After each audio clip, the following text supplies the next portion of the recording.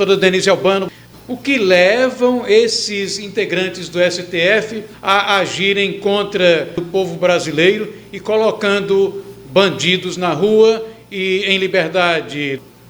É lastimável. Eu creio que uma série de fatores. Primeiro, essa questão de que há alguns ministros ali que se julgam como verdadeiros justiceiros sociais. E eu diria que nesse papel de se julgar comprometido com causas sociais tidas como elevadas, que na verdade são causas que são para lá de discutíveis. O atual presidente, o ministro Barroso, ele se julga quase como que um oráculo ungido, aquele, não é? Ele já disse certa feita que acha que o Supremo deve ser o farol a iluminar a sociedade brasileira. E é preocupante, porque não é esse papel de magistrado, principalmente na mais alta corte do país.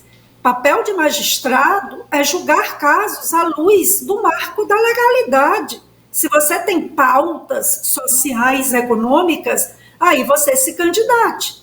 E aí, para além do perfil de ministros nitidamente comprometidos com pautas progressistas, como o atual presidente, Luiz Roberto Barroso, o ministro Edson Fachin, temos o caso do Dias Toffoli, responsável por uma decisão no dia de ontem que praticamente assombrou a sociedade brasileira e que já repercute internacionalmente. Saiu matéria no Financial Times exatamente apontando essa empreitada para desconstruir o que foi a Lava Jato, o que a Lava Jato desvelou do que pode sim ser chamado de maior esquema de corrupção no mundo, envolvendo dezenas de países, esquemas de corrupção que o Brasil, nesse consórcio empreiteiras,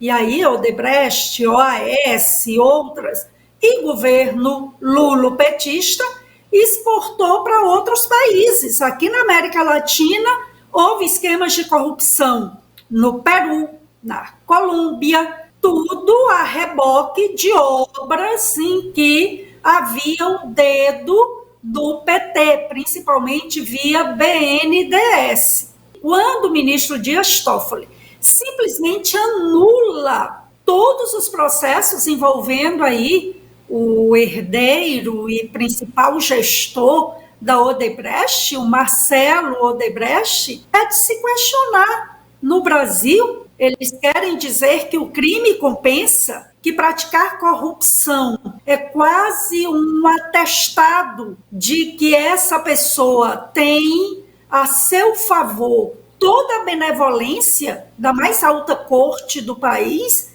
pode praticar, confessar corrupção, corromper agentes públicos, desviar recursos em esquemas, contratos, superfaturados, que essas pessoas só faltam assim, receber uma medalha de honra ao mérito. Peraí, é uma inversão total. E o que a gente precisa é deixar bem claro que aqui não há qualquer ataque à tão castigada instituição Supremo Tribunal Federal. É com tristeza, misto de tristeza e revolta, que a gente chega a essa constatação. Aqui relegaram, a que papel, a que patamar relegaram esses ministros, como Dias Toffoli, a mais alta corte do país, a um papelão, a um vexame inominável.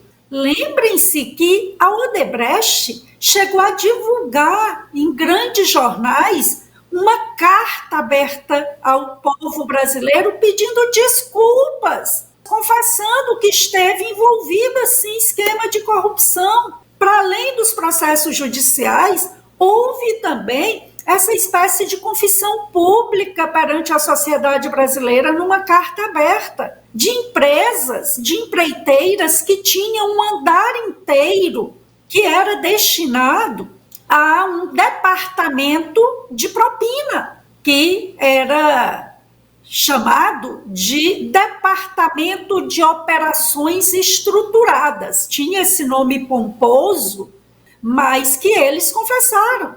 Esse Departamento de Operações, Ações Estruturadas, nada mais era do que o Departamento de Propina, onde lá estavam a famosa lista dos políticos que recebiam dinheiro. Era lá que havia o registro das 2 contas abertas na Suíça, uma em nome do Lula, outra em nome da Dilma, e que ali depositavam recursos para eles usarem como bem entendessem. É de uma indignidade sem tamanho. Peraí, a gente quer viver num país em que o certo seja o certo, o errado seja o errado, em que nossos filhos, de fato, continuem acreditando que roubar, desviar dinheiro público, se corromper é errado, é feio, além de ser crime. Então, eles estão tentando reescrever a história, estão tentando apagar essa realidade, mas não conseguirão. Eles podem continuar dando as canetadas deles,